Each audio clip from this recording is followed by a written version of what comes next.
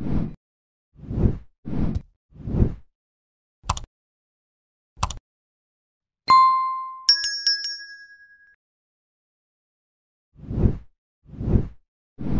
Up Tomorrow, the self-introspective companion movie to the latest album from Abel Tesfaye, aka The Weeknd, blends dreams and reality in a semi-autobiographical thriller starring Jenna Ortega, Barry Keoghan, and Tesfaye as himself.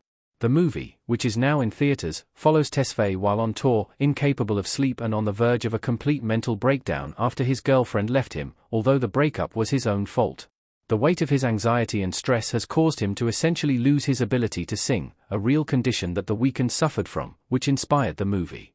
In the midst of his on-stage breakdown, he makes eye contact with a mysterious young woman, Anima, who seeks him out backstage. They flee the arena together, and spend a night together enjoying the Santa Monica boardwalk, before spending a passionate night together in a hotel. Revitalized by his experience with Anima, Abel prepares to go back on tour without her, but a distraught Anima, feeling used and overwhelmed by loneliness, knocks him out and ties him up on the hotel bed. Abel wanders through a terrifying dream before waking to find himself at Anima's mercy.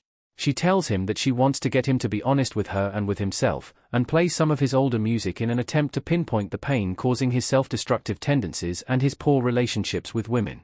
Lee arrives to rescue Abel and breaks into the hotel room, but Anima kills him after a brief struggle.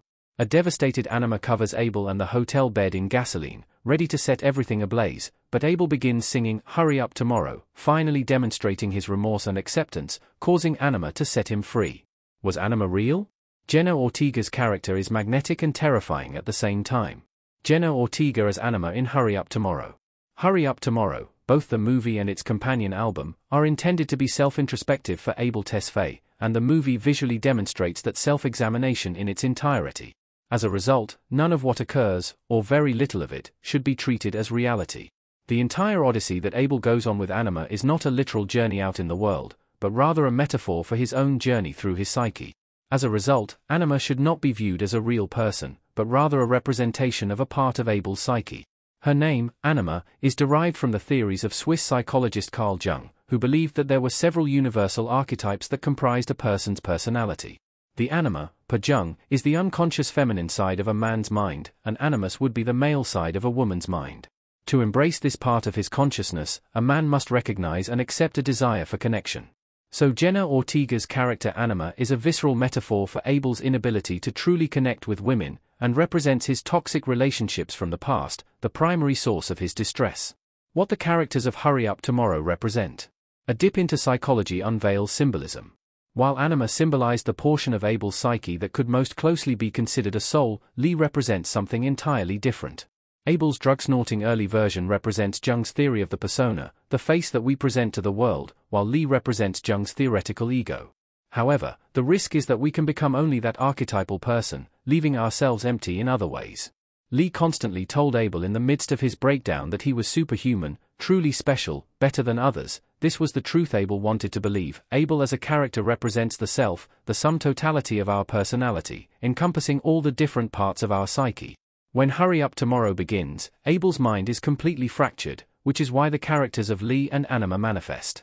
The ID, or ego, Lee, the hedonistic, playboy side of Abel is what led to his overall toxic relationship with women in general, and the final clash between Lee and Anima, the healthy acceptance of connection, is a metaphor for Abel reconciling himself, which is why we see Abel alone in the final scene back in the arena where he began. What happened in the tunnel at the bottom of the elevator? The unsettling scene was heavily metaphorical. The elevator down into Abel's repressed consciousness in Hurry Up Tomorrow. After Anima knocks him out with a liquor bottle, Abel finds himself alone in his hotel, and explores the area around to find it also empty. He attempts to go back upstairs to his room, only to find the elevator go to the basement of the hotel.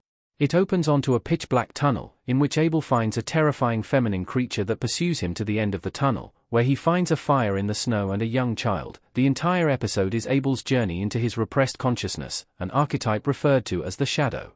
It represents the memories that we choose to push down, typically because they are unpleasant, or would not be appropriate to present to the world.